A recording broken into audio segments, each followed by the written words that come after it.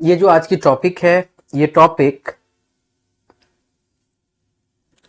Net JRF के अलावा BPSC के लिए भी है। यदि बीपीएससी टीआरई 3 में आप बैठ रहे हैं तो ये आपके लिए भी इंपॉर्टेंट है। आप सभी लोग इस क्लास को देख सकते हैं।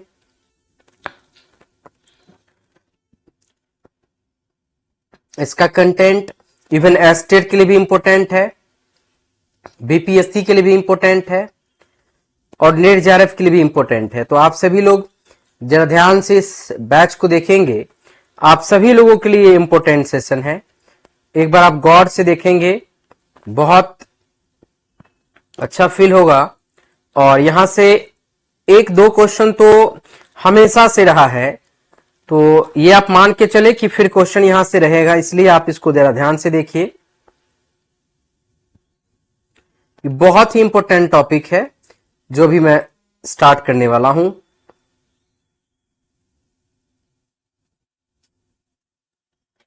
स्टडी ऑफ पोएट्री, ध्यान रखना है। स्टडी ऑफ पोएट्री जो है ये बहुत ही इंपॉर्टेंट टॉपिक है।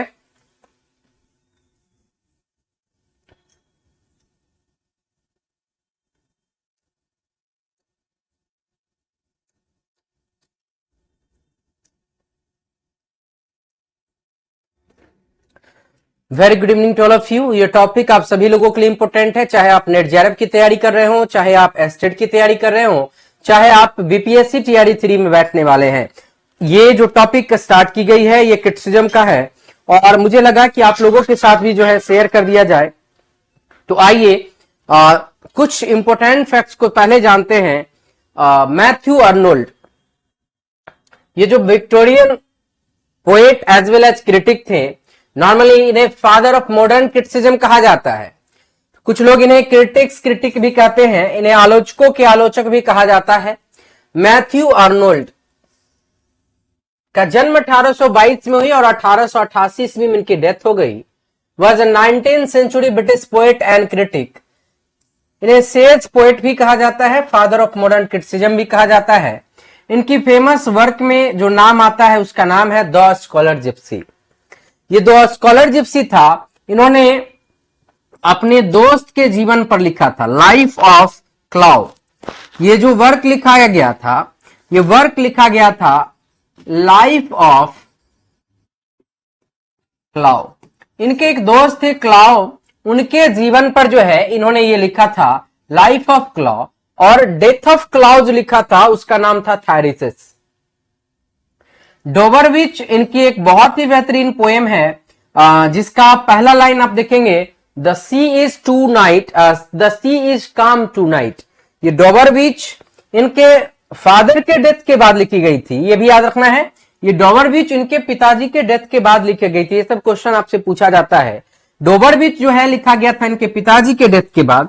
और ये डोबरविच का एक फेमस लाइन अक्सर पूछा जाता है, और वो लाइन क्या है ये मैं यहां बता रहा हूं, ध्यान से देखिए। वो लाइन था, the sea is calm tonight. ये इस पोएम का पहला लाइन था डोबरविच का। और डोबरविच जो था ये लिखी गई थी after the death of his father, इनके पिता के मृत्यु के बाद। द स्कॉलर जिप्सी एक नैरेटिव पोएम था, ये एक नैरेटिव पोएम था 1853 का, जो कि डेडिकेटेड और इंस्पायर्ड हुआ था ग्लेनविल का एक बुक से, डॉगमेटाइजिंग ऑफ वैनिटीज ऑफ डॉगमेटाइज। तो डॉगमेटाइजिंग नाम का जो बुक था ग्लेनविल के किताब से इंस्पायर्ड होकर यह लिखा गया था। ग्लेन विल्स के बुक जो था वैनिटी ऑफ डॉगमेटाइजिंग, वैनिटी ऑफ डॉगमेटाइजिंग नाम की एक बुक थी, उसी से इंस्पायर्ड होके ये 250 साल बाद जो है ये किताब लिखी गई थी। और जिसमें दिखाया गया कि स्कॉलर जिप्सी जो है एक अच्छा लड़का होता है पढ़ने लिखने में, लेकिन वो पुअर होता है, ड्यू टू एक्सट्रीम पॉवर्टी वो स्कॉलर जिप्सी जो है ऑक्सफोर्ड यूनिवर्सिटी को छोड़ने पर मजबूर हो जाता है और बैंड ऑफ जिप्सीज को ज्वाइन कर लेता है, अवारों का समूह को ज्वाइन कर लेता है। हालांकि ज्वाइन करने के पीछे भी खास रीजन था, उसे हिप्नोटिज्म सीखना था। उसके बाद इनका वर्क है 1869 का कल्चर एंड एनार्की। इसमें उन्होंने कल्चर के बारे में जो है डेफिनेशन बताया। And the study of poetry 1880 जो अभी आपको पढ़ना है, ये था इनका स्टडी ऑफ पोइट्री।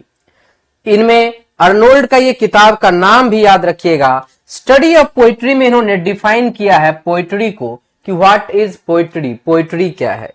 यदि आप ऐप पर क्लास देख रहे हैं तो आप वापस आकर YouTube से भी आप क्लास को ज्वाइन कर सकते हैं, YouTube पर भी आप क्लास को देख सकते हैं। इस टॉपिक को जरा गौर से देखने की आवश्यकता है क्योंकि कई क्वेश्चंस डायरेक्टली आपके एग्जाम में रहेंगे। द स्टडी ऑफ पोइट्री यह एक क्रिटिकल एसे था 1880 का। The first published as introduction to the English poet an anthology of T.H. Ward के रूप में। यह एंथोलॉजी के रूप में T.H. वार्ड के द्वारा पब्लिश हुआ था जिसका नाम था टू इंग्लिश पोएट्स। बाद में ये पोएट पब्लिश हुआ in the essay in criticism में, एसे इन क्रिटिसिज्म में। एंड इसमें तीनों चीजों को आप देखेंगे। न्यू क्लासिज्म जो पोप और ड्राइडन का दौर था, उसके बाद आप देखेंगे रोमांटिसिज्म जो Wordsworth Coleridge almost no rules, मतलब ये लोग अपने मस्ती में थे, रोमांटिसिज्म। और उसके बाद विक्टोरियन पीरियड में आपको दर्शन होता है मैथ्यू अर्नोल्ड का। मैथ्यू अर्नोल्ड की ये थ्योरी जो स्टडी ऑफ पोइट्री है, इसमें इन्होंने पोइट्री को डिफाइन किया है। हर लोगों ने हर समय में पोइट्री को कुछ न कुछ डिफिनेशन दिया है, तो अर्नोल्ड ने भी कुछ न कुछ डिफिनेशन दिया और क्या बताया है यहां पर देखने को मिलेगा। वो कहते हैं mankind will discover that we have to turn to poetry to interpret life for us, to console us and to sustain us. आपसे क्वेश्चन पूछ दे कि ये किसने कहा था कि mankind will discover that we have to turn to poetry, हमें मानवता के लिए पोइट्री के अग्रसर होना होगा, पोइट्री की तरफ बढ़ना होगा, क्योंकि पोइट्री इंटरप्रीट करता है, लाइफ को बताता है, कंसोल करता है हमें और सस्टेन करता है पोइट्री। ये बातें किसके द्वारा कही गई थी? बिल्कुल अमित जी, टीजीटी टीआरई 3 के लिए भी इंपॉर्टेंट है ये जो लेक्चर हो रहा है। फिर वो कहते हैं Arnold disapproves with the ancient Greek philosopher Plato. According to Matthew Arnold, we will always find comfort in poetry, it is a mirror of life. Arnold ने कहा कि पोइट्री मिरर ऑफ लाइफ है, पोइट्री हमें हमेशा comfort zone में रखता है। लेकिन प्लेटो का कहना था कि पोइट्री हमें झूठी दुनिया में ले जाता है, काल्पनिक दुनिया में ले जाता है। तो अर्नोल्ड ने कहीं ना कहीं प्लेटो का जस्ट विरोध, डिसअप्रूव किया कि नहीं, हम प्लेटो से सहमत नहीं है। प्लेटो के अनुसार जो पोइट्री है वो क्या है? इमेजिनेशन की भाषा है। लेकिन अर्नोल्ड कहते हैं कि हमें पोइट्री जो है कंफर्ट देता है, पोइट्री मिरर ऑफ लाइफ है। उन्होंने कहा कि पोइट्री क्या है? जीवन के ही बारे में चर्चा किया जाता है पोइट्री में। आगे चल के उन्होंने डिफाइन किया poetry is the criticism of life. ये क्वेश्चन आता है अक्सर, तो इन्होंने डिफिनेशन दिया, ये याद रखिएगा, VVI, VVI। और इसीलिए उन्होंने डिफाइन किया, डिफिनेशन दिया, poetry is a criticism of life. ये क्वेश्चन बार बार पूछता है, who define poetry is a criticism of life. तो अर्नोल्ड ने पोइट्री का डिफिनेशन दिया कि poetry is the criticism of life. Poetry क्या है? जीवन की आलोचना ही पोइट्री है। उन्होंने पोइट्री को डिफाइन किया कि poetry is the criticism of life. Single word में यदि कहा जाए तो हर लोगों ने अलग अलग रूप में पोइट्री को डिफाइन किया है। एस.टी. कॉलरिज ने भी डिफाइन किया, विलियम वर्ड्सवर्थ ने भी डिफाइन किया, प्लेटो ने भी डिफाइन किया है, एरिस्टोटल ने भी डिफाइन किया है। तो इन्होंने भी पोइट्री को डिफाइन किया और इनका कहना था कि जीवन की जो आलोचना है वही तो पोइट्री है। कोई भी आदमी पोइट्री लिखता है तो पोइट्री में अपने जीवन के ही बारे में अनुभव को लिखता है, या तो अच्छे अनुभव, बुरे अनुभव, कुछ ना कुछ जो व्यक्ति लिखता है वो जीवन पे ही बेस्ट होता है, इसलिए ये कोई झूठी बात नहीं है। और दूसरा वीवीआई लाइन याद रखिएगा, ये स्टेटमेंट वीवीआई है। अर्नोल्ड इतना ही पे नहीं थकते हैं, पोएट्री की बड़ाई करते करते वो कहते हैं कि इवन साइंस इनकम्प्लीट है पोएट्री के बिना। ये बात गौर करिएगा, ये क्वेश्चन आएगा एग्जाम में, क्वेश्चन आता है।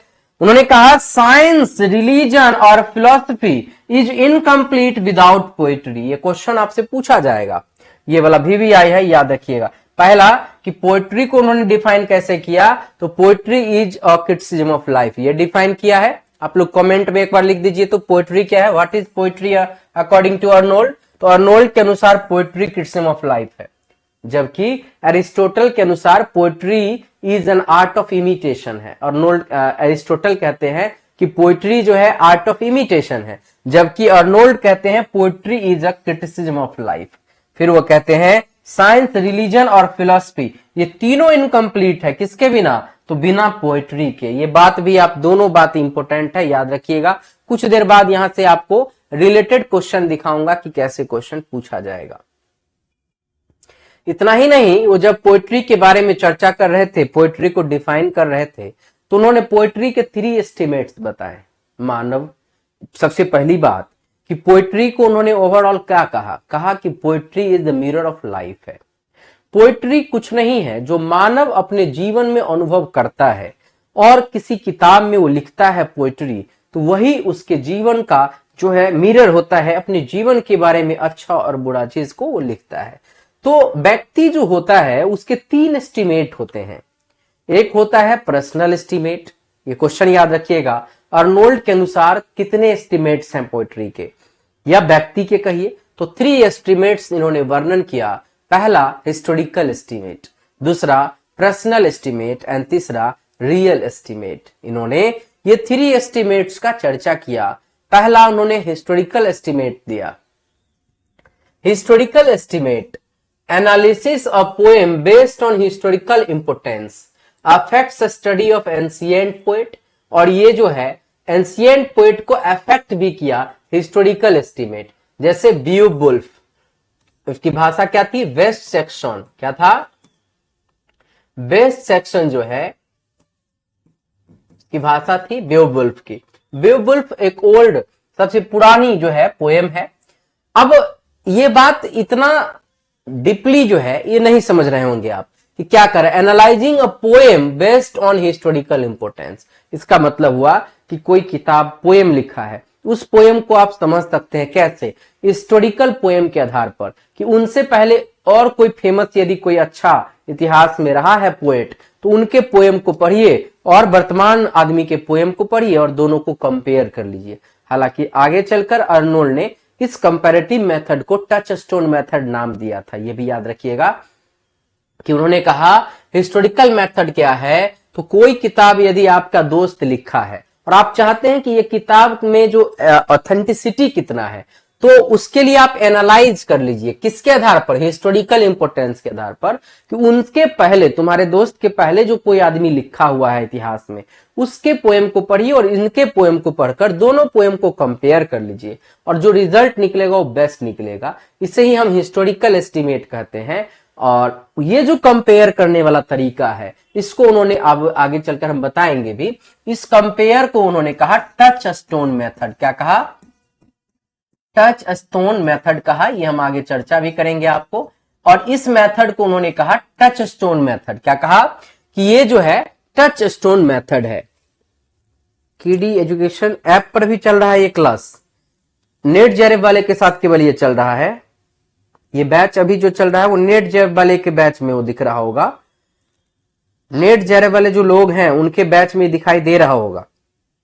बाकी जो टारगेट बैच है उनका अभी टाइम नहीं हुआ है, उनकी टाइम अभी स्टार्ट नहीं हुई है, अभी कुछ देर में उनका स्टार्ट हो जाएगा।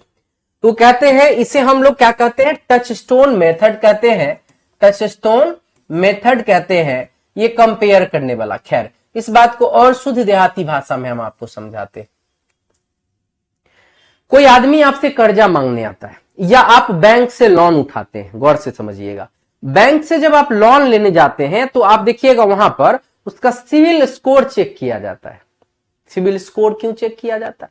या 6 महीने का स्टेटमेंट मांगा जाता है। यदि आप में से किसी ने लोन वगैरह लिया होगा या नहीं बैंक से लिए होंगे तो दोस्त उससे भी आप लेते हैं, तो आपका हिस्टोरिकल एस्टीमेट चेक किया जाता है। मतलब ये जैसे बैंक की इतिहास हमने कह दिया कि 6 महीना को स्टेटमेंट देखना चाहता है कि आपका इनकम वगैरह क्या है, या आपका सिविल स्कोर देखता है कि इससे पहले आप किसी का लोन लिए तो कितना दिन में कैसे कैसे दिए। तो बैंक भी हिस्टोरिकल एस्टीमेट देखता है, तभी आपको जज करता है कि आप अच्छे आदमी, आपको लोन दे। छोड़िए बैंक को, गोली मारिए। सामान्य जीवन में भी जब आप कर्जा मांगते हैं तो जो आपको कर्जा देने वाला व्यक्ति है वो ये देखता है कि इससे पहले जो आप पैसा लिए थे वो कौन किस स्थिति में कितने दिन में दिए थे। उस आधार पर फिर वो अगले बार डिसीजन लेता है कि आपको हम पैसा दे या नहीं दे। यही है हिस्टोरिकल एस्टीमेट। तो आप बताइए, इन्होंने जो किताब पोएम के बारे में कहा, ये जीवन में भी अप्लाई होता है कि नहीं होता है? जीवन में भी अप्लाई होता है कि इनका हिस्टोरिकल। जैसे आप हमारे साथ जुड़े हुए हैं, अभी मोटा मोटी 900 लोग जुड़े हुए हैं बीपीएससी टीआरई 3 के लिए पढ़ाई कर रहे हैं। तो आप लोगों ने भी हमारा जो टच स्टोन मेथड का यूज किए हैं, किसी दूसरे कोचिंग के साथ कंपेयर किए हैं मेरा पढ़ाने का तरीका और अन्य का, नंबर 1। नंबर 2, पेमेंट प्राइस के आधार पे कंपेयर किए हैं। कुछ लोग क्वालिटी कंटेंट के आधार पे कंपेयर किए, कुछ लोग हिस्टोरिकल एस्टीमेट देखे हैं। मतलब आप में से कई लोग हैं जिनके बड़े भैया, चाचा या कोई रिलेटिव या उनके जान पहचान वाले ने रिजल्ट बनाया है टीआरई 1 में, टीआरई 2 में, क्योंकि उधर जो है 900 लोग का रिजल्ट हुआ है टीआरई 1 और 2 मिला के। तो उन लोगों से आप इंस्पायर्ड हुए हैं, उनसे हमारा हिस्टोरिकल एस्टीमेट का पता चला है कि इससे पहले भी इसका अच्छा रिजल्ट रहा है, पिछले बार भी लिटरेचर सर ने पढ़ाया, और उस कंपेयर के आधार पर अपने टच स्टोन मेथड यूज किया अपने जीवन में, और आज आप हमारे साथ अनिका लर्निंग ऐप पर जुड़े हुए हैं। तो आपने क्या देखा? हिस्टोरिकल एस्टीमेट जरूर देखे हैं। आप भी हिस्टोरिकल एस्टीमेट देखे हैं कि हां भारतीय एकेडमी और अनिका लर्निंग ऐप से रिजल्ट हुआ है, इसलिए आप हमारे साथ ज्वाइन किए हैं। फिर आप टीआरई 3 वाले का रिजल्ट हो, उसके हिस्टोरिकल एस्टीमेट के आधार पर 4 वाले जुड़ रहे हैं। तो यहां पर भी जो है आप हमारे साथ जुड़ रहे हैं, किस बेस पर? हिस्टोरिकल एस्टीमेट पर। तो अब बताइए, इन्होंने पोएम के बारे में क्या गलत कह दिया कि पोएम जो है वो एनालाइज करना चाहते हैं तो हिस्टोरिकल आधार पर जज कर लीजिए। इससे पहले जो पोएम लिखा है इतिहास में, उनका पोएम को पढ़कर और वर्तमान के पोएम को पढ़कर जज कर लीजिए। अब दूसरा है पर्सनल एस्टीमेट। अब देखिए, एक बात बताते हैं, analysing a poem based on personal taste, like and dislike of reader affects the study of modern contemporary poet को अफेक्ट किया। तो ये जो पर्सनल एस्टीमेट क्या है, ये गौर से समझाते हैं। पोएम को, यदि कोई पोएम है, दुनिया क्या कहती है उससे कोई मतलब नहीं, वो पोएम आपको अच्छा लग रहा है। जैसे हमारे पास एक व्यक्ति जुड़े परसों, और बड़ा बिंदास और दिल की बड़ी साफ है, उनसे बात भी, और चूंकि बात हमसे डायरेक्ट होती है, तो उन्होंने कहा उनको कोई ऐसे हिस्टोरिकल एस्टीमेट बताया कि देखो कई बार ना सर का प्रोनाउंसिएशन जो है बहुत अच्छा नहीं होता। सही बात। तो उन्होंने केवल पहले क्या किया, 10 दिन से केवल मेरे YouTube चैनल के जितने अच्छे वीडियो थे उन वीडियो को पढ़ा, समझा, और बिंदास मेरे पर्सनल एस्टीमेट के आधार पर, उनका जो पर्सनल है उन्होंने पढ़ा और कहा कि सर मुझे बहुत अच्छे से समझ में आया, और इवन क्वेश्चन भी हमसे बढ़ने लगा, और हम उनके मना करने पर भी हमने ज्वाइन किया, क्योंकि वो किसी और जगह पढ़ रहे थे, उनका खुद ही नहीं हुआ है टीआरई 2 में, और टीआरई 3 में वो अभी भी कहीं और पढ़ रहे हैं। तो अब देखिए, हमें जो जज किया, जो अभी आपके साथ वो पढ़ भी रहे हैं टीआरई 3 वाला टारगेट बैच ज्वाइन किए हैं, तो अब गौर से कीजिएगा, वो हमको किस आधार पर जज किए हैं? पर्सनल एस्टीमेट के आधार पर।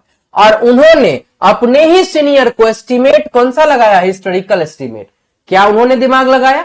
पर्सनली उन्होंने मेरा यूट्यूब चैनल पे आया भारतीय एकेडमी पर, और देखा कि सर का तरीका क्या है पढ़ाने का, अच्छा लगा, समझ में आया, वो ज्वाइन किए। और एक रीजन और उन्होंने क्या लगाया टच स्टोन मेथड में? कंपेरेटिव मेथड लगाया, जिसको हम टच स्टोन मेथड कहते हैं।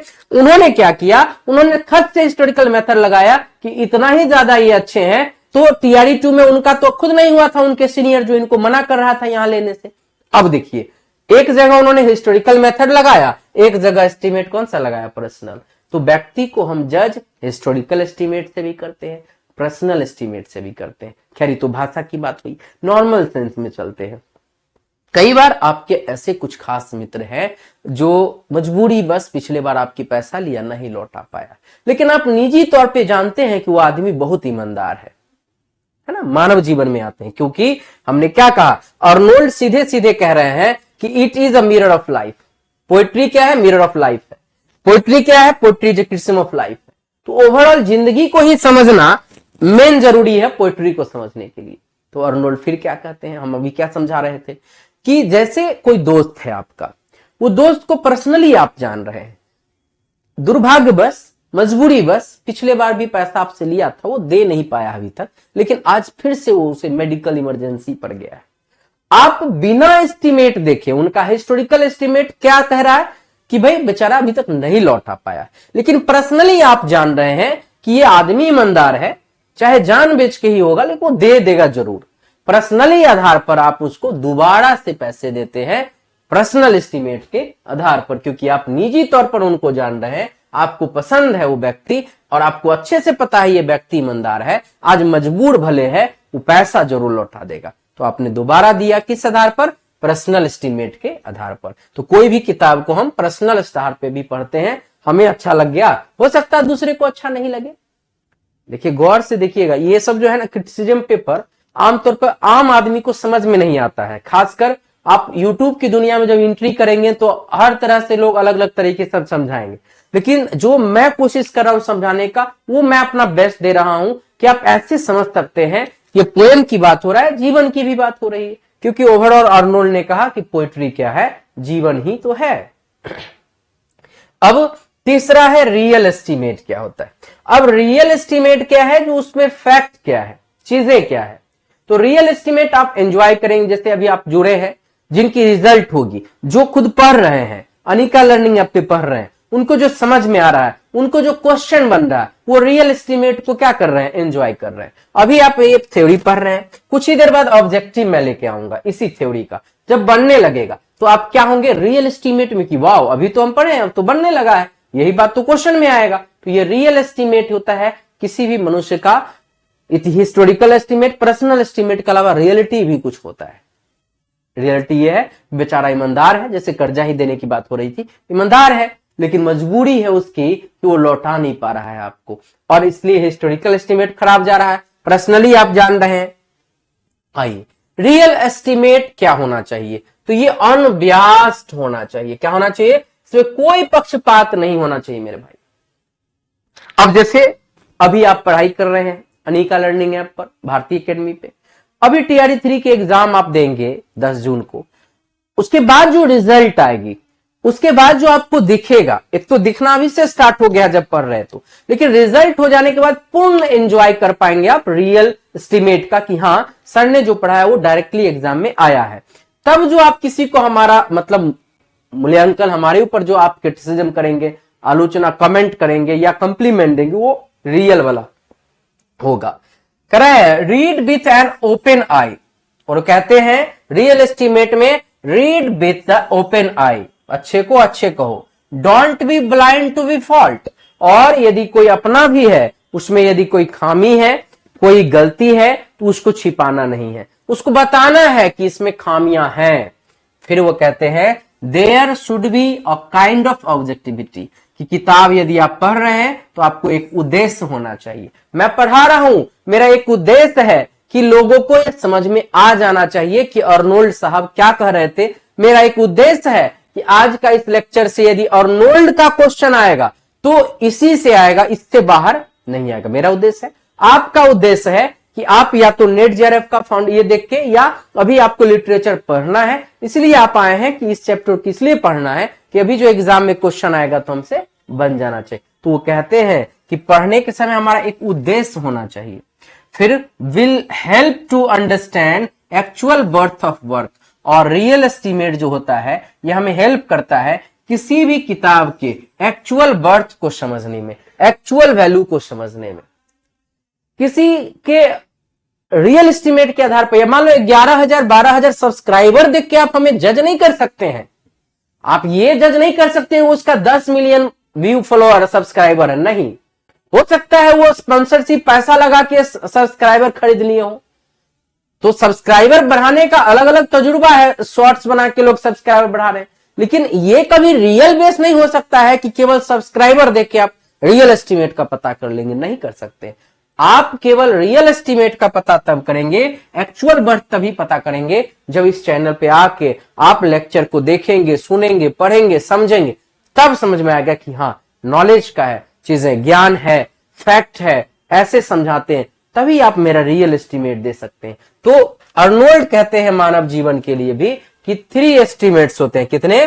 3 एस्टीमेट्स होते हैं किसी भी पोएम को एनालाइज करने का, किसी भी व्यक्ति को समझने का भी 3 एस्टीमेट है। ये भी याद रखिएगा, हम बार बार कह रहे हैं पोएम यानी पोएट्री लाइफ, पोएट्री लाइफ।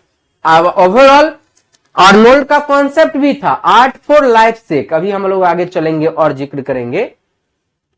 तो फिर उन्होंने बेस्ट पोएट्री को कैसे हम पकड़े, बेस्ट टीचर को कैसे जाने, बेस्ट रिजल्ट कैसे बनाए, इसके लिए इन्होंने एक कंपैरेटिव मेथड बताया। क्या बताया? कंपैरेटिव मेथड बताया। कई बार क्वेश्चन आता है कि who coined the touchstone method, touchstone method को क्वाइन किसने किया है, ये पहला क्वेश्चन आ जाता है। हु क्वाइंड, ये क्वेश्चन आ जाता है, who coined touchstone method, who coined, तो ये मैथ्यू अर्नोल्ड ने क्वाइन किया टच स्टोन मेथड को। टच स्टोन मेथड क्या है? Comparative method of analysing something. जैसे सिंपली समझिए कि आपको ना अपने मोहल्ला का बेस्ट घर बनाना है, आपने एक कॉलोनी में घर बनाना है, तो आप क्या करेंगे?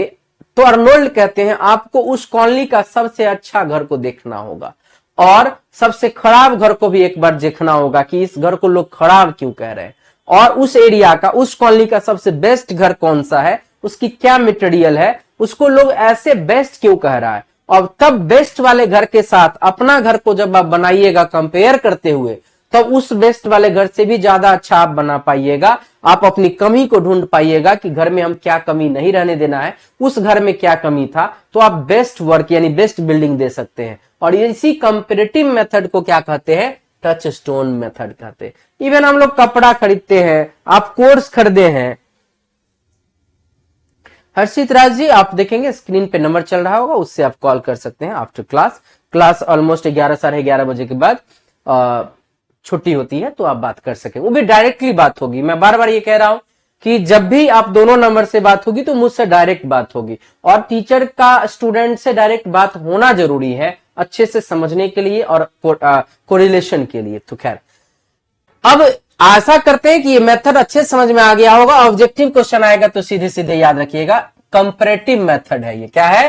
कंपैरेटिव मेथड है बेस्ट करने का। कोई भी बेस्ट करना चाहते हैं, आप ही बेस्ट टीचर ढूंढ रहे हैं, तो 2-4 टीचर के साथ मेरे को कंपेयर करिए, उनके पढ़ाने का तरीका, उनके क्वालिटी कंटेंट, उनके जो अपना एक स्टाइल है, एक प्रिंसिपल है, उसको कंपेयर करते हुए और मेरे कंपेयर करेंगे, आपको उसी में से बेस्ट मिल जाएगा कि आपके लिए बेस्ट कौन है।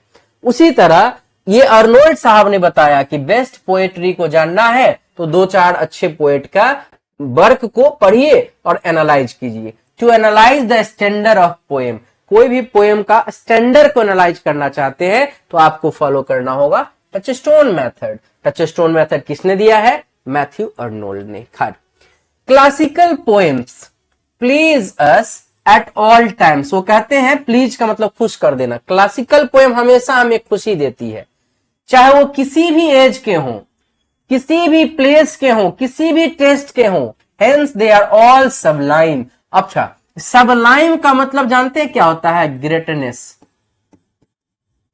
ठीक है, आगे चलकर ये वर्ड को अच्छे से हम पढ़ेंगे क्रिटिसिज्म पेपर में। और लॉन्जाइनस साहब भी सबलाइम की थ्योरी दिए थे, ऑन द सबलाइम, मतलब उन्होंने बताया था कि बेस्ट पोएट्री कैसे लिखा जाए। तो सबलाइम का मतलब होता है ग्रेटनेस, यानी ग्रेट पोएट, ग्रेट वर्क्स लिखने के लिए जो ग्रेट आर्ट होता है, ग्रेट वर्क होता है, वो सबको आनंद देता है, चाहे वो किसी भी एज के लोग हो, चाहे किसी भी एज के लोग हो। वृंदावन में सबको अच्छा लगता है, चाहे किसी भी एज के लोग हो, वो मक्का मदीना जाते हैं, उन सबको अच्छा लगता है। किसी तो जो कुछ चीजें हैं हर आदमी को अच्छा लगता है। अब ताजमहल हर कोई को अच्छा लगता है, वो किसी भी कास्ट के हो, किसी भी धर्म के हो, किसी भी उम्र के हो, ताजमहल की सुंदरता हर किसी को अच्छा लग रहा है। क्यों? क्योंकि उसमें सबलाइम है। क्या है? सबलाइम है, मतलब ग्रेटनेस है। वो कहते हैं क्लासिकल पोएम जो था उसमें सबलाइम था, इसलिए सभी एज के लोगों को अच्छा लगता था, सभी जगह के लोगों को अच्छा लगता था। फिर वो कहते हैं to be a great poet, यदि कोई ग्रेट पोएट बनना चाहते हैं तो क्या करना चाहिए? One should imitate the classical writers.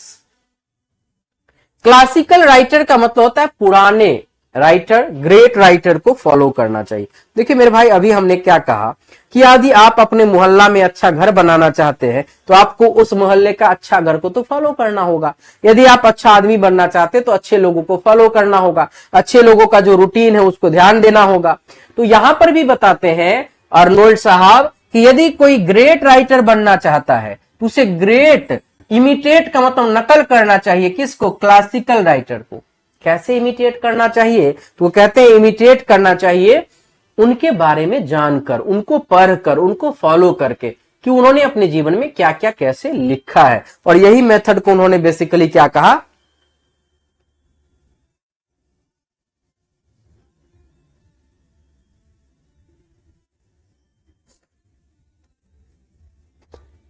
चलिए चलिए, अब देखिए यहां in the touchstone method we compare the poem with the classical sublime poem के साथ। देख लीजिए, ध्यान है, जैसे एक पोएम नॉर्मल है, एक क्लासिकल, यानी क्लासिकल का मतलब क्या? पुराना, जिसका नाम चल रहा है, उसके साथ जब हम कंपेयर करते हैं and decide if poem is of high standard और नॉट, और उसी के आधार पर हम उसका स्टैंडर्ड का पता करते हैं कि ये पोएम बर्थफुल है, बर्थलेस है या बर्थी है। तो यही है टच स्टोन मेथड, यानी comparative method of analysing something. अच्छा है या बुरा है, इसका हम पता कैसे करते हैं? टच स्टोन मेथड लगा के। टच स्टोन मेथड में अच्छी किताब के साथ वर्तमान किताब की तुलना की जाती है, उसके कंटेंट का। अब है Arnold agrees to Aristotle's idea about poetry. Actually Aristotle का भी कहना था कि poetry is a criticism of life. ध्यान रखिएगा, पोएट्री को डिफाइन किए थे Aristotle, poetry is an art of imitation. भैया इमिटेशन का मतलब होता है नकल करना। क्या होता है? नकल करना। और एरिस्टोटल ने जो पोएट्री को डिफाइन किया था, उन्होंने कहा कि पोएट्री क्या है? आर्ट ऑफ इमिटेशन है। आप अपने से पहले जो ग्रेट राइटर हैं उनको जो नकल करते हैं, उनको जो फॉलो करते हैं, तब जो आप पोएट्री लिखते हैं उसे हम पोएट्री कहते हैं। फिर वो कहते हैं बेस्ट फॉर्म ऑफ पोएट्री क्या होता है? तो बेस्ट फॉर्म ऑफ पोएट्री में तीन चीज अवेलेबल होता है: high truth, high seriousness and superior diction. यहां डिक्शन का मतलब याद रखिएगा, शब्द होता है पोएम का ना, पोएटिक डिक्शन जिसको कहते हैं। तो कहते हैं, अर्नोल्ड भी और एरिस्टोटल भी कहते हैं कि एक बेस्ट पोएट्री की पहचान क्या है। ध्यान से देखिए, बेस्ट पोएट्री का पहचान है, बेस्ट पोएट्री का पहचान है उसमें हाई ट्रूथ होती है, हाई सीरियसनेस होता है एंड सुपर डिक्शन होता है। अच्छे शब्द होते हैं, उत्तम शब्द होते हैं। इसके बाद उन्होंने फ्रेंच पोएट्री के बारे में कुछ चर्चा किया कि फ्रेंच पोएट्री, जैसे पोएट्री ऑफ साउदर्न फ्रांस, जो इन्फ्लुएंस था किससे? इटालियन लिटरेचर से। एंड पोएट्री ऑफ नॉर्दर्न जो था फ्रांस, वो इन्फ्लुएंस था इंग्लिश पोएट्री से। ये बेसिकली बहुत ज्यादा डीप में है क्योंकि नेट जेआरएफ की भी क्लास चल रही है। नेट जेआरएफ में थोड़ा डेप्थ लेवल की बातें होती हैं, इसलिए यहां डेप्थ लेवल से भी क्वेश्चन बना रहा है और फिर हम बेसिक लेवल में भी आएंगे। 14th सेंचुरी में यदि बात करें पोएट्री का, तो जेफरी चॉसर जो बहुत प्रभावित हुए, much influenced by French and Italian poetry से, जेफरी चॉसर भी बहुत प्रभावित हुए। 1340 में इनका जन्म हुआ, 1400 में इनकी डेथ हुई और इन्हें father of English criticism, father of English poetry भी कहते हैं, फादर ऑफ इंग्लिश लिटरेचर भी कहते हैं। किनको? जेफरी चॉसर को। His importance comes from the real estimate, not historical। याद रखना है, चौसर जो है वो विश्वास रखते थे रियल एस्टीमेट में। ये भी क्वेश्चन आ सकता है, चौसर किसमें विश्वास रखते थे? रियल एस्टीमेट में। His subject and style are superior होता था, but he lacks seriousness, not a classic। इसलिए चौसर को क्लासिक पोएट नहीं कहा गया। क्यों नहीं कहा गया? चौसर के वर्क में एक चीज का अभाव था, लैक था, हाई सीरियसनेस का अभाव था। और अर्नोल्ड का कहना है कि high truth, high seriousness and superior diction, ये तीनों चीज जब होगा तो बेस्ट और क्लासिकल पोएट कहलाएंगे। तो इनमें शेक्सपियर में चौसर में अभाव था सीरियसनेस का, हाई सीरियसनेस का अभाव था, ये याद रखना है। फिर जॉन मिल्टन और विलियम शेक्सपियर की पोएट्री की बात हुई तो ये दोनों बोथ क्लासिक्स थे। John Dryden, Alexander Pope, according to historical estimates both are great poet. Shakespeare and Alexander Pope और ड्राइडन हिस्टोरिकल एस्टिमेट के आधार पर ग्रेट पोएट थे, but they wrote prose better than poetry, लेकिन ये लोग पोएट्री से ज्यादा अच्छा प्रोज लिखते थे। So they are classics not poetry but of prose. ध्यान रखना है, ड्राइडन और अलेक्जेंडर पोप जो थे वो क्लासिक्स थे लेकिन पोएट्री का नहीं, प्रोज का। ये लोग प्रोज अच्छा लिख लेते थे, पोएट्री अच्छा नहीं लिखते थे। थॉमस ग्रे की बात करें, थॉमस ग्रे का एक वर्क याद होगा, आपको अच्छे से याद होगा, elegy written on country churchyard. Elegy written on country churchyard, किसी को याद है क्या ये कब लिखा गया था? इन कंट्री चर्चयार्ड, किसी को याद है क्या ये कब लिखा गया था? 1751। अच्छा, ये चलिए बढ़िया बात है, ये बताएंगे किसके डेथ पर लिखा गया था?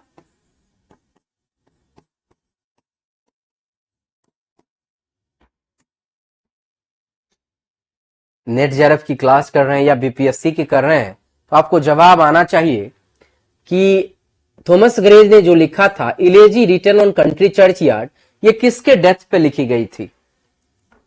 आप में से जवाब आना चाहिए, किसके डेथ पर लिखा गया था ये? बिल्कुल, रिचार्ड बेस्ट। रिचार्ड बेस्ट के डेथ पे लिखी गई थी 1751 में। आपको पता है इसका एक फेमस लाइन था, far from the madding crowd, far from the maddening crowd, ये एक फेमस लाइन था, इसी पोएम का ये लाइन था। ये लाइन इसी एलेजी का था जिसको आगे चलकर किसी ने नोबेल बना लिया था। किसी को पता है ये नोबेल किसने बनाया था? Far from the maddening crowd एक नोबेल बनाया गया, इसी टाइटल से एक नोबेल तैयार हुआ, और ये जो लाइन था ना, इसी इलेजी का ये लाइन था। बताइए।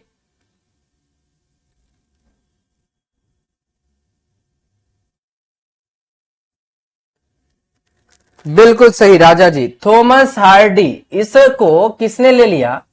थॉमस हार्डी ने इसे क्या बना दिया? एक नोबेल बना दिया, far from the maddening crowd को। हालांकि ये जो लाइन है ये कहां से लिया गया है? Elegy written on country churchyard से। चिनुआ अकीवी ने थिंग्स फॉल अपार्ट लिया था, नाजमुन निशा। चिनुआ अकीवी का थिंग्स फॉल अपार्ट था जो सेकेंड कमिंग का लाइन था। Thomas Gray, he did not right much poem but what he wrote had high poetic value and so he is classic। Thomas Gray जो थे बहुत ज्यादा नहीं पोएम लिखे, लेकिन जो कुछ भी लिखे उसमें हाई वैल्यू थी, इसलिए ये भी क्लासिक्स के रूप में जाने गए। फिर रॉबर्ट बर्न्स एक क्लासिक राइटर थे और better poet in Scottish than English से ज्यादा स्कॉटिश में बेस्ट थे। His poetry has content and style था। He has also lack seriousness thus not a classic. Robert Burns को हम क्लासिक राइटर नहीं कहेंगे क्योंकि इनमें हाई सीरियसनेस का अभाव था, जस्ट लाइक चौसर। फिर आया लॉर्ड बैरन, पीवी शैली और विलियम वर्ड्सवर्थ। ये लोग रोमांटिक पोएट थे। क्या थे? रोमांटिक पोएट थे।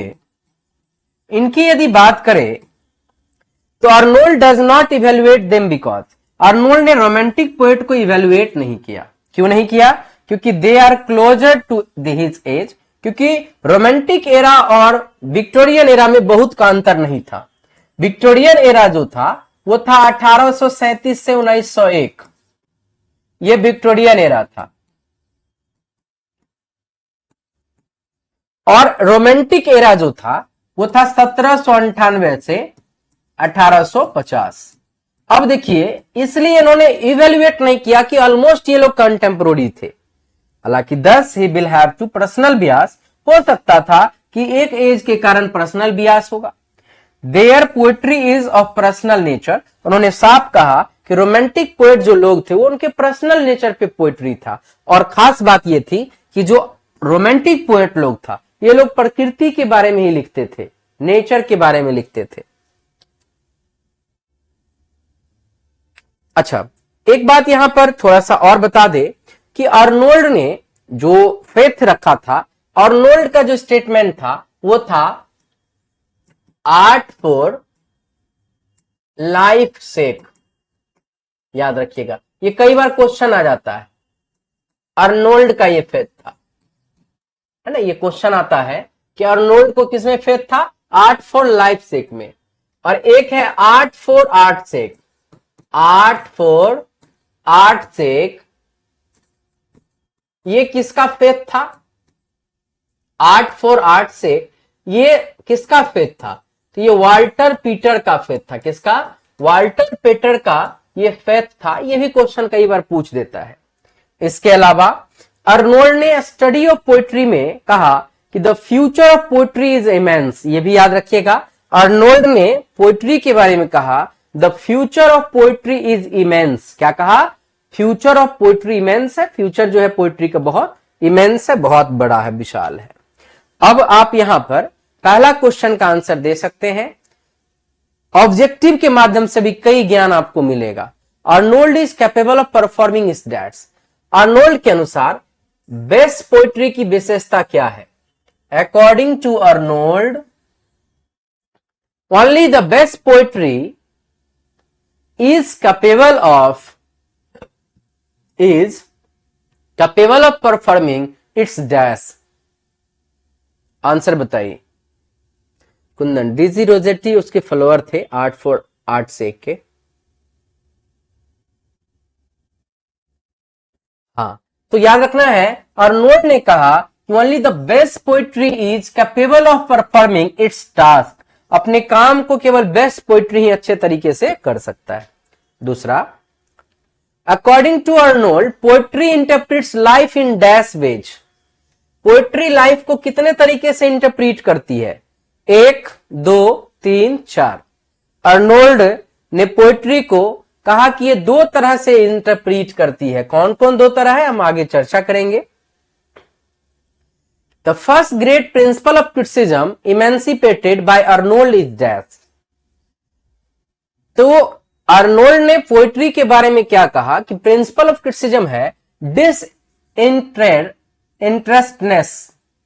यदि किसी चीज में खूब इंटरेस्ट हो जाएगा तो इंसान पक्षपाती हो जाएगा, इसलिए इंटरेस्टनेस होना चाहिए, तभी वो ग्रेट प्रिंसिपल दे सकेगा।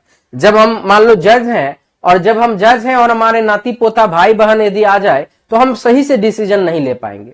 डिसीजन बेस्ट तब हो पाएगा जब उनमें कोई इंटरेस्ट ना हो, उनको हम नहीं जानते हो, तभी हम ओरिजिनल रिजल्ट दे पाएंगे। Poetry attaches its emotion to the dash. According to Arnold के अनुसार यहां देखिए, poetry attaches its emotion to the dash, theme, style, idea and diction. किसके साथ पोएट्री जो है अटैच होता है?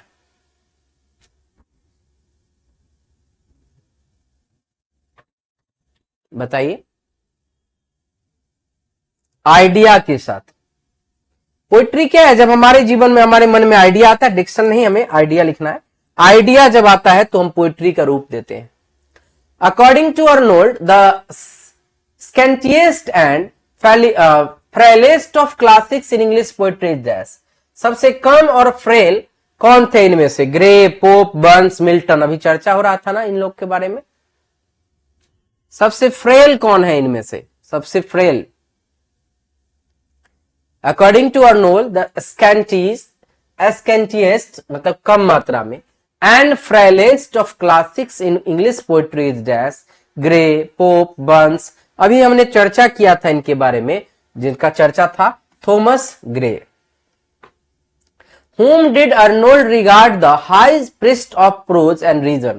अर्नोल्ड ने किसके बारे में कहा कि ये high priest of prose and reason है? उन्होंने कहा था ना कि ये पोएट्री में तो नहीं लेकिन प्रोज में बेस्ट थे। पोएट्री में तो नहीं लेकिन प्रोज में बेस्ट थे। किसके बारे में कहा था? तो ये कहा गया था अलेक्जेंडर पोप के बारे में कि ये पोएट्री नहीं बल्कि प्रोज में बेस्ट है। किसमें? प्रोज में। Next, in the study of poetry Arnold writes that we have to turn to poetry to dash. We have to turn to poetry to dash, ये बात अभी अभी हमने पढ़ाया है। पोएट्री क्या करती है? तो इंटरप्रीट करती है। क्या करती है? इंटरप्रीट करती है लाइफ को, कंसोल करती है और सस्टेन करती है। तो आंसर क्या हो जाएगा मेरे भाई? सी आंसर हो जाएगा। Poetry turn to poetry, interpret life, जीवन को बताता है poetry. Next, what confuses the distinction between excellent and inferior? Excellent and inferior में कौन कंफ्यूज करता है? साउंड और अनसाउंड में कौन कंफ्यूज करता है? ट्रू और अनट्रू में कौन कंफ्यूज करता है? Only half true in poetry. Charlatanism, philistinism, estimates and high seriousness.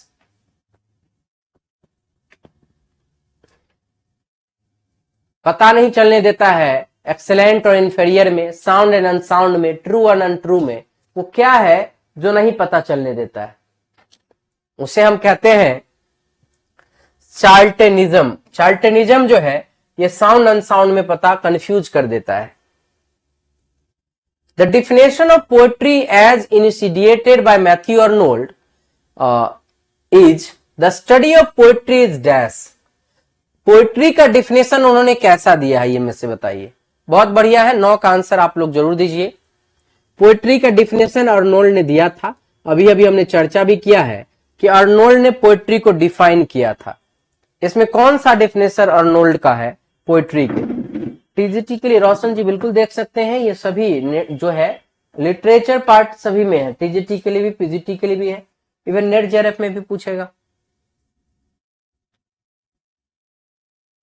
क्या होगा आंसर? अभी अभी चर्चा हुआ था ना, पहले लाइन में पता चल जाएगा, क्रिटिसिज्म ऑफ लाइफ। अर्नोल्ड ने क्या कहा कि poetry is a criticism of life governed by the laws of poetic truth and poetic beauty. Answer क्या हो जाएगा? B. Next, what has the power of forming, sustaining and delighting us to nothing else can? किसके पास ये क्षमता है? अभी इसके बारे में क्वेश्चन भी था, याद कीजिए। अभी चर्चा था ना पावर ऑफ परफॉर्मिंग का, सस्टेनिंग का एंड डिलाइटिंग का। ये सब तीनों चीज कौन करा सकता है? इनमें से कौन करा सकता है? इनमें से द बेस्ट पोइट्री कौन करा सकता है? द बेस्ट पोइट्री जो होगा उसमें क्षमता होता है क्या चीज का? पावर ऑफ परफॉर्मिंग का, सस्टेनिंग का एंड आनंद देने का क्षमता होता है बेस्ट पोइट्री में।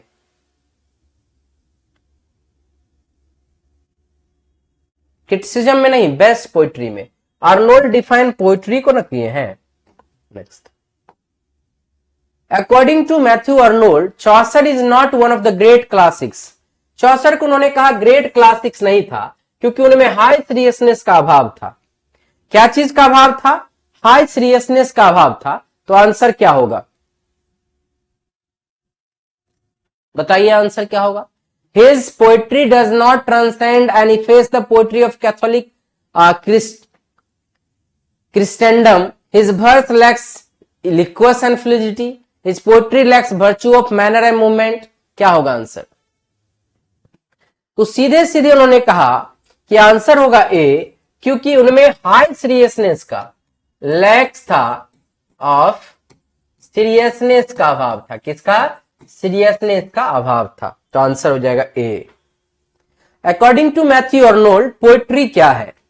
फिर वही डिफिनेशन, पोएट्री का डिफिनेशन बताइए। According to Matthew Arnold poetry को डिफाइन करिए। According to Matthew Arnold poetry क्या है? बी वाला जो डिफिनेशन देख रहे हैं आप, वो वर्ड्सवर्थ का है।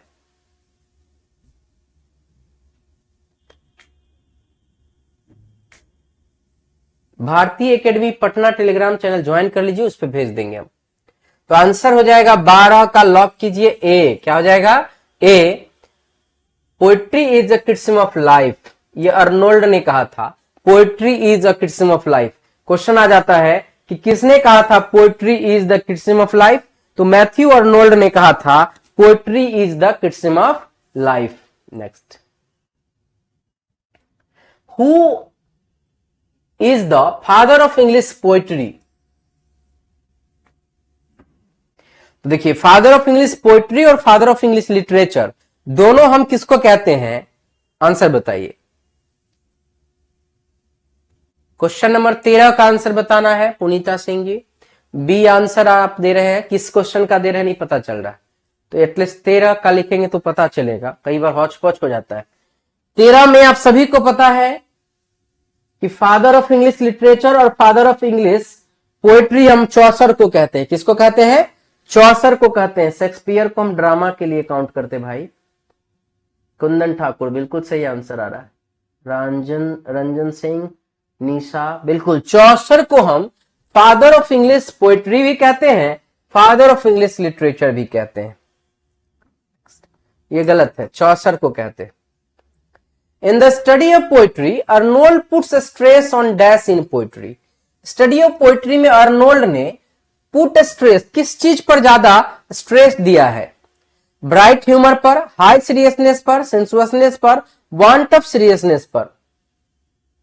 अभी अभी पढ़ाया है हमने, यदि आपने गौर से पढ़ा होगा तो अभी तुरंत पढ़ाया गया है कि बाकी इसके जस्ट बाद टारगेट बैच शुरू होगा आपके अनिका लर्निंग ऐप पर।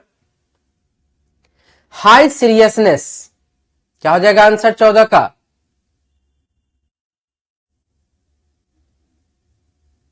क्या होगा 14 का आंसर? अभी अभी चर्चा हुई थी, हाई सीरियसनेस पर बहुत जोर दिए कि अच्छी जो पोइट्री होगी, बेस्ट पोइट्री में हाई सीरियसनेस होना चाहिए। उन्होंने स्पष्ट कहा कि चौसर में हाई सीरियसनेस का अभाव था, इसलिए वो क्लासिकल पोएट नहीं कहलाए। नेक्स्ट, टच स्टोन मेथड क्या है मेरे भाई? किसने दिया है? टच स्टोन मेथड या एक टर्म है, ये टर्म किसने दिया है? ये कंपैरेटिव मेथड है एक्चुअली, कोई भी चीज बेस्ट पता करने का, कोई भी चीज को बेस्ट है कि नहीं ये पता करने का बेस्ट मेथड है टच स्टोन मेथड। अब ये टच स्टोन मेथड किसने दिया है? अभी अभी चर्चा हुई है। जो टारगेट वाले हैं घबराना नहीं है कि आपको लेट हो रहा है, ये आप लोग को भी पढ़ना है। क्रिटिसिज्म पेपर में हम पढ़ाएंगे आपको, यही अंतर है कि 8 दिन के बाद पढ़ाया जाएगा आपको, लेकिन पढ़ना आपको भी है, इसलिए आज फिर से पढ़ लीजिए। यहां touch stone method Matthew Arnold ने दिया है और यह है कंपैरेटिव मेथड। क्या है? कंपैरेटिव मेथड है। अर्नोल्ड रिगार्ड्स ड्राइडन और पोप को as classicals of English dash. Arnold जो है क्लासिकल मानते थे ड्राइडन और पोप को, लेकिन किसका क्लासिकल मानते थे? ये दोनों तो छोड़िए दीजिए, ये दोनों में बताइए किसका मानते थे?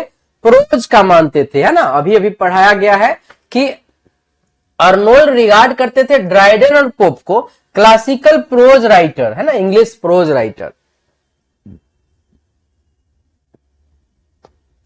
Next, the best poetry will found to have a power performing, sustaining and delighting us as nothing else can watch. ये किसने कहा है? अभी कुछ देर पहले क्लास में चर्चा हुई है, आप जवाब दे सकते हैं, क्वेश्चन में भी चर्चा हुई है। ये बात किसने कहा? प्रणाम जया त्रिपाठी जी। जया आप बिल्कुल यूपी के होंगे, हमारे बिहार में त्रिपाठी नहीं लोग लिखते हैं, आप यूपी से हैं। रुचि कुमारी क्लास आपका नहीं खुला है अभी, टारगेट बैच अब स्टार्ट होगा कुछ देर बाद। चलिए, किसने कहा है ये बात? 17 का आंसर बताइए। बिल्कुल सही, 17 का होगा मैथ्यू अर्नोल्ड। क्या होगा? मैथ्यू अर्नोल्ड होगा। यहां ध्यान रखिएगा, मैथ्यू अर्नोल्ड ने यह बात कही है। किसने? मैथ्यू अर्नोल्ड ने कहा है। नेक्स्ट, अगला क्वेश्चन है, Middleton Murry had criticise the critical work of dash. ये थोड़ा टीएस लेट में घुस गए हैं। मिडिल्टन मूरे ने क्रिटिसाइज किया था। आनंद जी, ये सभी टीजीटी पीजीटी और नेट सबके लिए इंपोर्टेंट सेशन है। मिडिल्टन मूरे ने टीएस एलियट के work the function of criticism को, द फंक्शन ऑफ क्रिटिसिज्म, या पढ़ाएंगे आपको क्रिटिसिज्म पेपर में, को जो है इन्होंने हाईलाइट किया था टीएस एलियट को कमेंट किया था। Next, what attaches its emotion to fact according to Arnold? ऐसा क्या चीज है? अच्छा,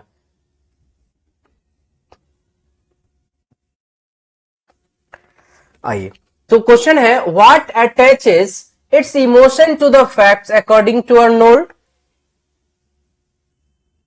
19 नंबर क्वेश्चन भी बहुत बढ़िया क्वेश्चन है, आप जवाब दे सकते हैं। हमारे यहाँ है त्रिपाठी बिहार में। अच्छा, हमारे यहाँ एक है प्रोफेसर हिंदी के, अर्चना त्रिपाठी, वो यूपी के हैं।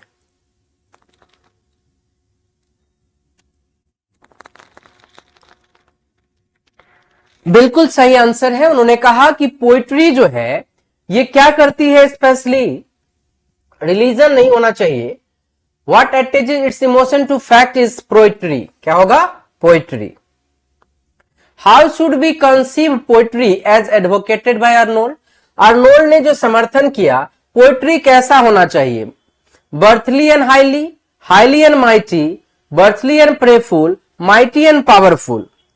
पोइट्री के बारे में क्या कहा गया है?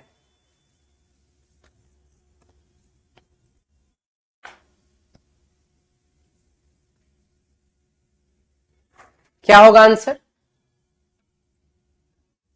How should be conceive poetry as advocate by Arnold? वो कहते हैं ये माइटी एंड पावरफुल है। पोइट्री के बारे में अर्नोल्ड का विचार है कि पोइट्री जो है कैसा है, तो पोइट्री जो है माइटी है, पावरफुल भी है और ताकतवर भी, क्षमता वाला है। तो आंसर हो जाएगा डी। व्हाट डिड अर्नोल्ड से will appear incomplete if not for poetry? Arnold ने क्या कहा था पोइट्री के बारे में कि डैश इज इनकम्प्लीट। क्या इनकम्प्लीट है? यदि सिंगल वर्ड को माने तो ऐसे तो ये तीनों बात को इनकम्प्लीट कहे थे।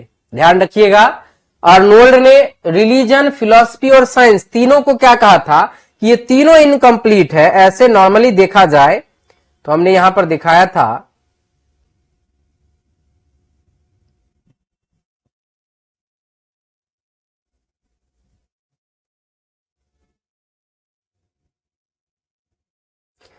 ऐसे सिंपली उन्होंने साइंस, रिलीजन और philosophy is incomplete without poetry, ये तीनों को माना था। लेकिन यदि सिंगल वर्ड में आपसे क्वेश्चन पूछा जाए, यदि सिंगल वर्ड में आंसर पूछा जाए, तो आपको याद रखना है कि ज्यादा फोकस उन्होंने किया था साइंस पर। उन्होंने कहा कि साइंस अधूरा है पोइट्री के बिना। ध्यान रखिएगा, उन्होंने कहा साइंस अधूरा है पोइट्री के बिना। हालांकि इन्होंने इंक्लूड फिलॉसफी को भी किया था और रिलीजन को भी किया था, कि रिलीजन, फिलॉसफी और साइंस ये तीनों को उन्होंने क्या कहा था? अधूरा है पोइट्री के बिना। नेक्स्ट, चार्ल्टनिज्म इज फॉर कंफ्यूजिंग और ऑब्लिटरेटिंग द डिस्टिंक्शन बिटवीन डैश। किसको ये कंफ्यूज करता है चार्ल्टनिज्म? ये क्वेश्चन में भी आया था। तो ए भी होगा, बी भी होगा, सी भी होगा, यानी आंसर लॉक कीजिए डी। एक्सेलेंट एंड इंफेरियर को कंफ्यूज करता है, साउंड एंड अनसाउंड को कंफ्यूज करता है, ट्रू और अनट्रू को कंफ्यूज करता है। तो आंसर हो जाएगा चार्ल्टनिज्म में डी। 22 का क्या हो जाएगा? D for dog. नेक्स्ट, ये गलत है, ये आंसर होगा D. In poetry as a criticism of life, spirit of our race will find its dash. क्या पोइट्री में, poetry is a criticism of life, the spirit of our race will find its dash. तो क्या चीज को find करता है poetry? Consolation को। किसको? जीवन के सहानुभूति को, कंसोलेशन को। Answer A. Matthew Arnold said that best poetry will be found to have a power of dash. Best poetry में क्या चीज होता है? कौन सा पावर होता है? यह अभी अभी पढ़ाया गया है। बेस्ट पोइट्री में क्या पावर होता है? आदित्य कुमार ओझा जी, बिल्कुल चलेगा, इसके जस्ट बाद चलेगी। और ये क्लास भी आप लोग के लिए भी है, इसलिए ये नहीं समझना कि लेट हो गया है। ये 8 दिन बाद टारगेट बैच में शुरू होगा। उस चैप्टर का नाम होगा क्रिटिसिज्म।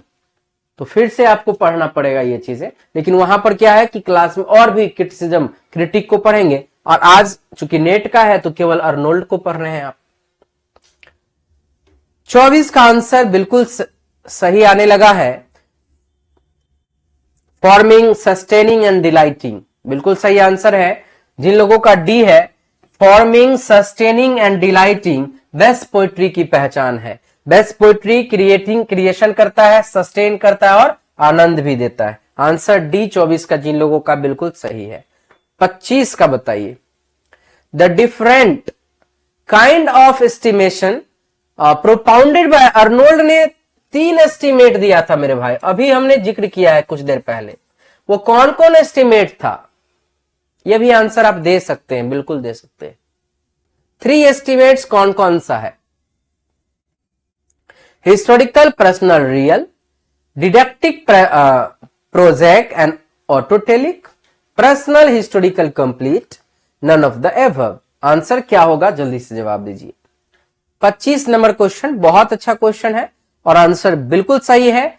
कुंदन जी का, निशा बिल्कुल। हिस्टोरिकल एस्टिमेट, पर्सनल एस्टिमेट और रियल एस्टिमेट, ये तीनों एस्टिमेट दिया गया है अर्नोल्ड दादा के द्वारा। किसके द्वारा? अर्नोल्ड के द्वारा ये तीनों एस्टिमेट आपको दी गई है।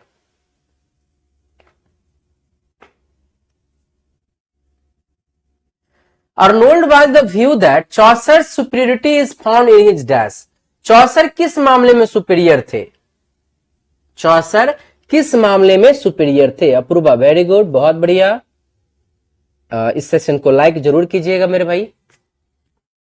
आपके लाइक्स अच्छे लगते हैं जब आप वीडियो को लाइक करते हैं। तो Arnold was one of the view that Chaucer's superiority is found in the dash. Chaucer की कौन सी क्वालिटी उनको सुपीरियर बनाती थी? Diction and subject, manner and style, style and substance and form and subject. तो स्टाइल एंड सब्सटेंस इनका एक अपने आप में अलग होता था, तो इन्हें ग्रेट बनाती थी, सुपीरियर बनाती थी। नेक्स्ट है, which quality is not needful for the fit prose according to Arnold. Arnold के अनुसार इनमें कौन सी क्वालिटी जरूरी नहीं है, एक अच्छे नीडफुल नहीं है एक अच्छी क्वालिटी की पोएम के लिए?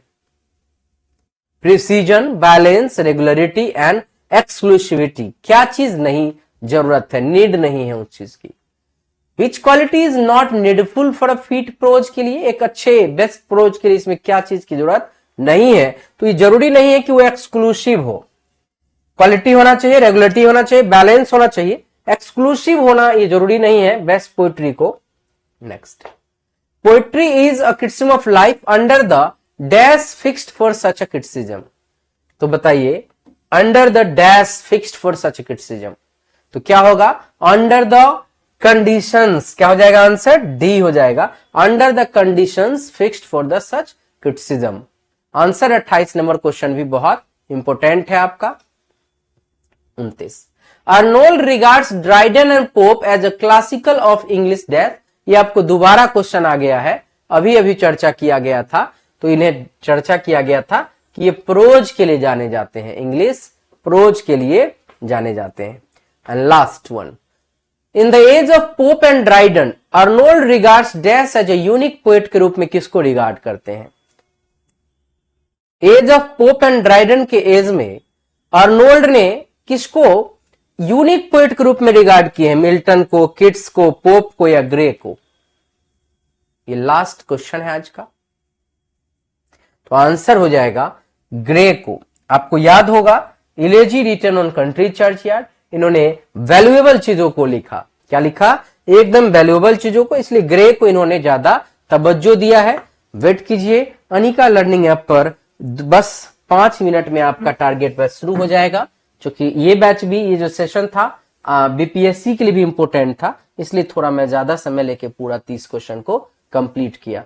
किड्स रोमांटिक एज में थे बेटा, किड्स जो थे रोमांटिक एज के थे, और आपको याद होगा साफ साफ अर्नोल्ड ने कहा था कि रोमांटिक एज वाले मेरे कंटेम्पोररी एज के हैं, इनके बारे में कुछ कहेंगे ना तो पक्षपाती हो जाएगा, लोग कहेंगे काबिल बनता है। आप सेम एज के आदमी का कमेंट नहीं कर सकते, उनके ऊपर क्रिटिसिज्म करना बड़ा मुश्किल होता है, लोग पक्षपाती कर देगा। इसलिए अर्नोल्ड ने पीवी शैली, विलियम वर्ड्सवर्थ, लॉर्ड बैरन, किट्स, ये सब पर बहुत ज्यादा कुछ नहीं बोले थे। क्योंकि उनके सेम एज हो जाता है लगभग, क्योंकि रोमांटिक खत्म होते ही स्टार्ट हो गया था विक्टोरियन। तो अर्नोल्ड कहते हैं कि मैं ज्यादा नहीं बोलूंगा रोमांटिक पोएट के ऊपर। तो आइए कुछ देर बाद जस्ट मिलते हैं अनिका लर्निंग ऐप पर आपके टारगेट बैच के साथ। धन्यवाद, शुभ रात्रि आप सभी लोगों को।